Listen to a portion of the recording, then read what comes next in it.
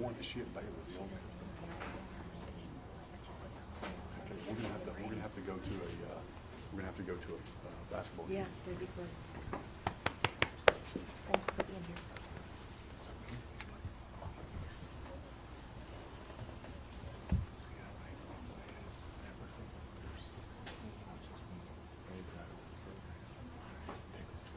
Salute, pledge. I pledge allegiance to the flag of the United States of America and to the republic for which it stands, one nation, under God, indivisible, for liberty and justice for all. Salute, pledge. Juro fidelidad a la bandera de los Estados Unidos de Norteamérica y a la república que representa una nación bajo Dios, indivisible, con libertad y justicia para todos. Salute, pledge. J'engage ma fidélité au drapeau des États-Unis d'Amérique et à la République qu'elle représente, une nation sous Dieu, indivisible, avec liberté et justice pour tous. Salute, pledge. I salute the flag of the state of Oklahoma. Its symbols of peace unite all people. Places.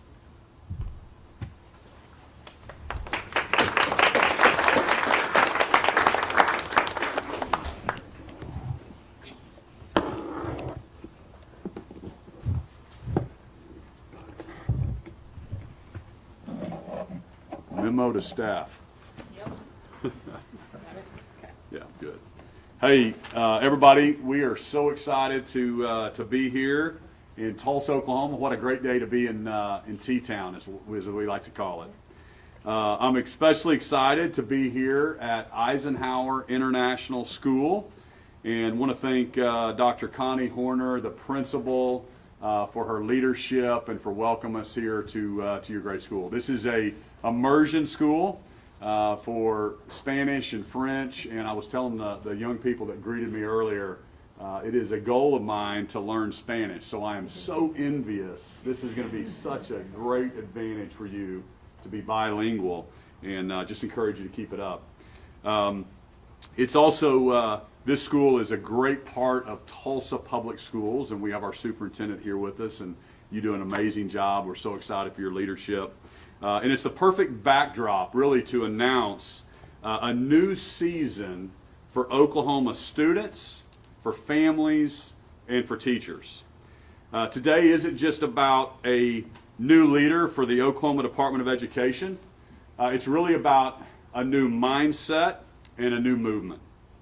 When I took office back in 2019, I said that the turnaround in Oklahoma was going to start right here, right now. Do y'all remember those commercials? You're going to start seeing a lot more commercials of other kinds over the next couple years too. But we really, when I was taking over as governor and running in 2018, we had no money in savings. We were having budget deficits. You probably saw, remember the teacher walkouts happening in 2018. Also, thousands of students were leaving Oklahoma and going to other states after graduating. When I graduated from college, and then after that, a lot of people were going to Dallas to get jobs and Texas to start their careers. We just didn't seem to have the winning attitude in the state of Oklahoma. But the turnaround started, and I'm so proud of the success we've had over the last 7 years. Today we have record savings, over $3 billion in our savings account, budget surpluses, some of the best teachers in the country. And more people are moving here to the state of Oklahoma than ever before. We're top 10 in people moving to our great state. And probably one of my favorite stats, 85% of our college graduates are now staying right here at home in the great state of Oklahoma for all the opportunities, not only in Tulsa, but in Pryor and in Oklahoma City and in Grove and Enid and Lawton and all over our state. So a mindset shift is starting to happen. And today is a new day for the Oklahoma Department of Education. This appointment is important, not just because it marks a new leadership in the department, but because it also signifies this mindset shift that I'm talking about. If in Oklahoma, if we're going to be top 10 in everything that we do, We obviously need to be top 10 at education and in our school system and prepare our students for the road ahead. And I tell people all the time, everywhere I travel and all the speeches that I give, is it doesn't matter if you're Republican or Democrat or you live in rural or urban Oklahoma or you live in New York City or you live in Madill, Oklahoma. We really all want the same thing as Americans. And too much has been dividing us. And we need to come together and we need to focus on education. We need to focus on our economy. We need to focus on infrastructure and healthcare. And I tell everybody, let's focus on those 4 things. Let Washington, D.C. play politics. We're trying to influence them a little bit as well. But in Oklahoma, we want Oklahoma to be the very, very best state to live, to work, to raise our family. And we can do that together as a community. And when I took office, I knew we needed a system that emphasized the learning needs of every single student. That's very important to me. I have 6 children. They all learn differently. Educators that spend their lives doing this, you know that kids need different things and they need different tools. And that's why we passed open transfer. We saw some kids wanting to go to different schools for different opportunities. And so we knew that was very, very important. So I want to thank the legislature for getting that across the finish line. Open transfers was really important. We also passed the best education freedom plan, I think, in the country. And I remind people all the time that rich people already had school choice. First thing they do is they decide what neighborhoods they're going to move to or what school district they want to be in and where they can get their kids into the best school, or if their kids are being bullied or they want more opportunities, they're going to move their kids to another school. And so with our education freedom, now every single parent has a refundable tax credit to move their kids if they think there's a better opportunity for them. That also injects competition into the system that holds everybody accountable. Everybody gets better. And I knew our schools also needed to be secure. So we want our kids spending time learning, not worrying about their safety. So we passed Secure Our Schools and the Alyssa's Law. I knew we needed kids that were graduating college ready or career ready. So we created different pathways for kids to move so they can have more hands-on exposure through different class options, more school choices to fit their needs. I'm taking a trip to Switzerland to look at their model. What's fascinating about Germany, Switzerland, some of these other countries, and I'm taking our superintendent here in Tulsa and also Oklahoma City with us on this trip, but when you're a sophomore in high school, you literally can choose to go, after sophomore year, your high school's kind of done. So your junior and senior year is when, if you want to go to college, you start preparing for college. But if you want to go a career route, you literally start going and working as an apprentice, an internship, you start getting paid, and guess what? 60% of the kids choose that route. And it's not poo-pooed like it is here in the U.S. We want kids. It actually, the average starting salary in the United States of America for a kid that graduates from trade school is $62,000 a year. The average salary for a bachelor's degree is $52,000 a year, plus all the debt that they have.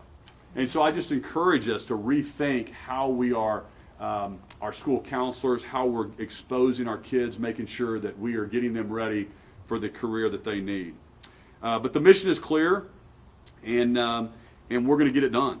But before I became governor, and many of you probably are like this or maybe watched on TV, when I was growing up in Oklahoma, I had no idea that the superintendent of education was separately elected and kind of had their own political agenda. I didn't know that.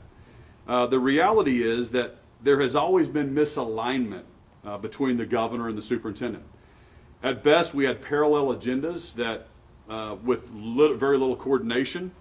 And at worst, you might remember back in 2022, the previous superintendent switched parties and campaigned for governor while they were serving.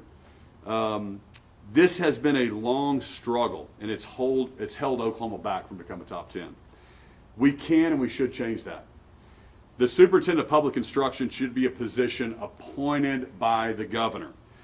There's only 12 states in the U.S. that elect the superintendent of education. And there's really zero correlation between outcomes with those 12 states that they're having better outcomes than the other states. So I urge the legislature to take this opportunity to send to the ballot an appointment authority for the next governor to be able to appoint the superintendent of education to align with that vision and to really focus on the kids, reading and math and getting our kids ready for the workforce instead of running for the next office. And I look forward to working with the legislature this next session. And I'm so honored that Speaker Kyle Hilbert is here in the room with us. Thank you so much, Speaker. And Pro Tem Lonnie, thank you so much. Lonnie Paxton is with us. Thank you for your leadership. Big things are ahead. And I'm excited to announce my first appointment after 7 years as governor to the superintendent of education. But maybe more importantly, I'm excited to announce the turnaround team that we're going to put alongside this person. This team will be tasked with rebuilding a vital agency and returning focus to the mission of serving Oklahoma students. We're going to be the envy of the entire country, and it starts right here, right now. With that, I want to welcome Lindel Fields up here to the stage with me.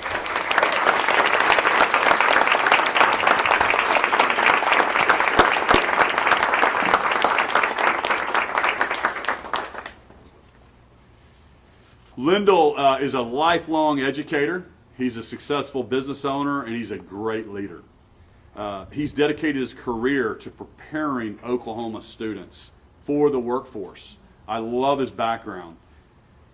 And I can't think of anyone better to bring the Department of Education into this next season.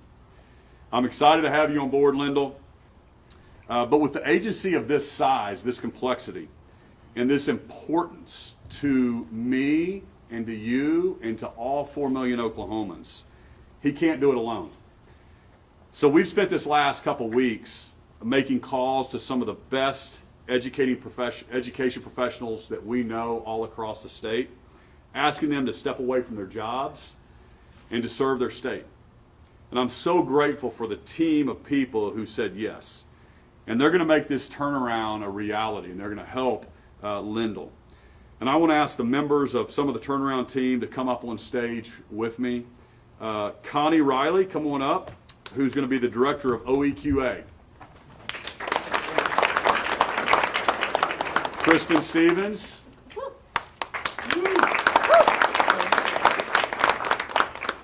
Dr. Romel Muex-Poland.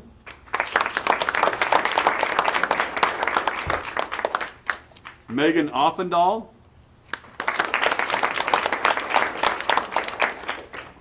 Tom Newell. Tom's my chief, and this is such an important part that he's agreed to go over and help with this transition. Tara Thompson. And Nellie Sanders. We wanted the best and brightest helping surround Lindel to make sure that we could put all eyes on this agency that we've had really not a lot of transparency or knowing what was happening. I also want to ask the present members of the Oklahoma State Board of Education that are here with us to come up. Chris Vandehan.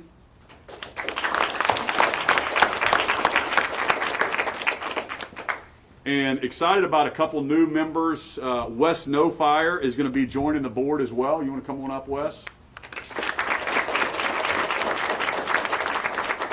And Brian Bobeck, he's not with us, but he's going to be rejoining the board, and he is a great leader. He's serving also in the state of our faith-based initiatives. But this really is a new day in Oklahoma, and we're going to lead the nation. With that, I want to invite Lindel up to greet you and say a few words. Lindel?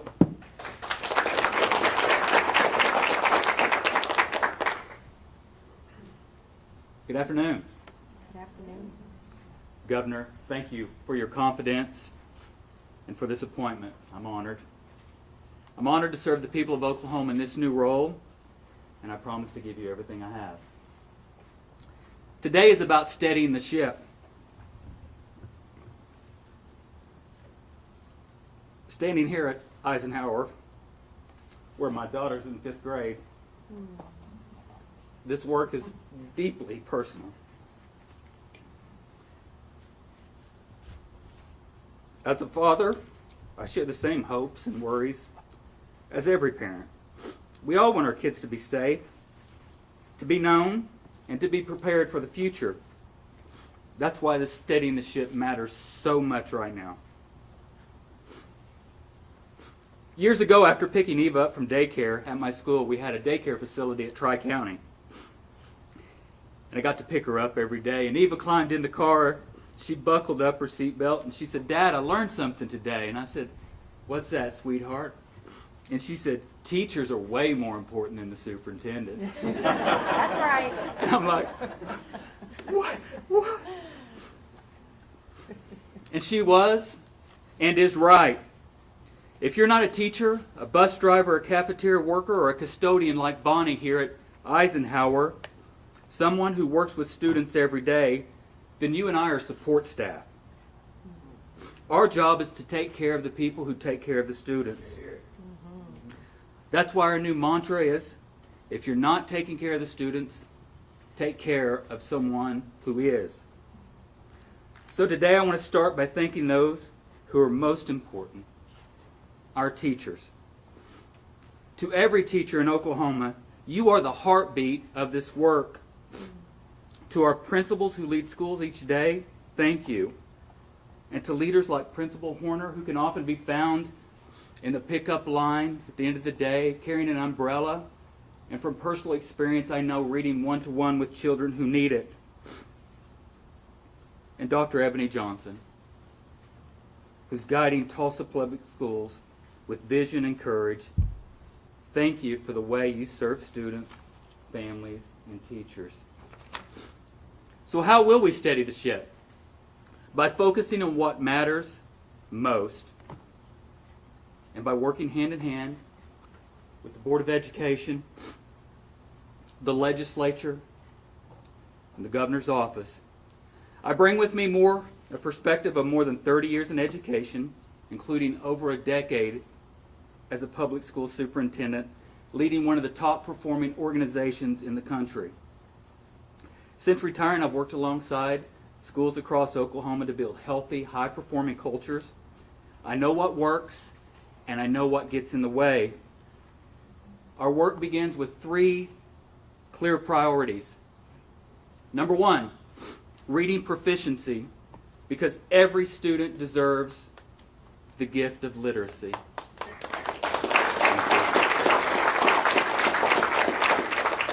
Number 2, teacher recruitment and retention, because nothing matters more than great educators in every classroom. And number 3, career pathways, because every graduate deserves more than a diploma. They deserve a future with options. Thank you. And to parents, you are essential partners.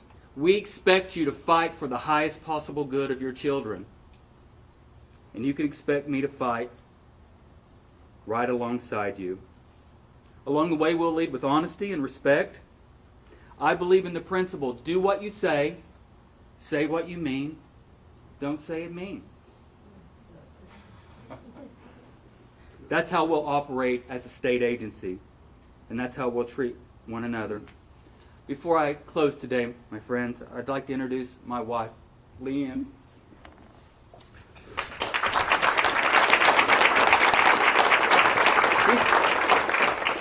We celebrated our anniversary yesterday, by the way. She supports me in everything, and I'm also proud to introduce Eva's in 5th grade back here. Oh, there she is. Hi, sweetheart. This is Eva. Also, her brother and sister are here. Jordan is there in the back. Jordan, stand up, sweetie. And her brother Blake. Blake is responsible for a divided house, having gone down to Norman a few years ago. And I especially want to reiterate my appreciation to the transition team. They're putting their careers, their businesses, and even parts of their lives on hold to serve this state in such a critical moment. This is not a small thing. It's a gift of time, energy, and courage. And I want every Oklahoman to know how grateful I am to them. Thank you very much. This will not be easy work. Turning around a ship takes time. But in the next 15 months, we can calm the waters, rebuild trust, and lay a strong foundation for the future of Oklahoma schools. So today I ask you for your patience, ask you for your grace. Together we will steady the ship and make sure it's pointed in the right direction for every student in our state.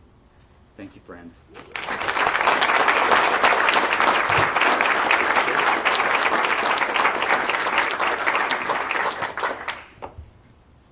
You guys can see why I chose Lindel, right?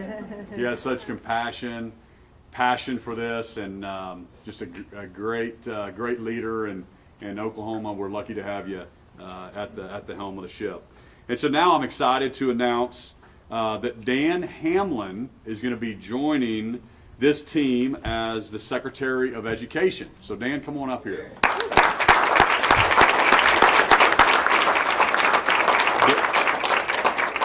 Dan brings years of experience as a professor. He's currently a professor and researcher at the University of Oklahoma at the College of Education.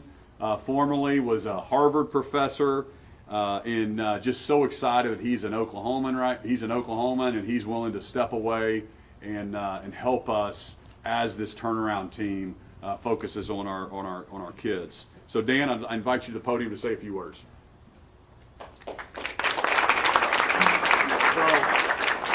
Thank you very much, and I just want to thank Governor Stitt and his team for this incredible opportunity. I'm just honored to be able to work for this administration and really to get to work for our state and most importantly to get to work for our kids. As Governor Stitt just outlined, our state has incredible promise and opportunities for kids, but they're going to need a strong education to be able to successfully pursue those opportunities.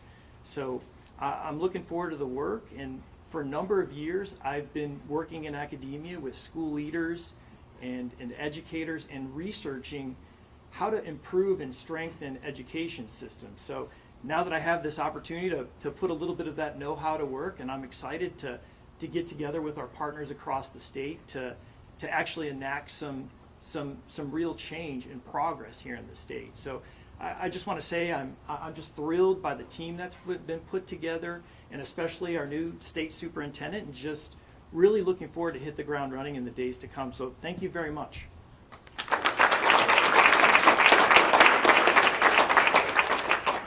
So as you can see, we think this is a great day for Oklahoma. It's a great reset mindset and shift in the Department of Education, and so thankful for the team behind me that's stepping up to serve their state. So with that, we'll open it up to some questions for our team here. Rick, say your outlet, please. Oh, Rick Barron, I'm Fox 23 here in Tulsa. I can't tell you how many emails I've received over the past 3 years from teachers who feel like they've been beaten up worse at a pinata. What is your plan for increasing teacher morale and giving them the respect that they are entitled to? Thank you.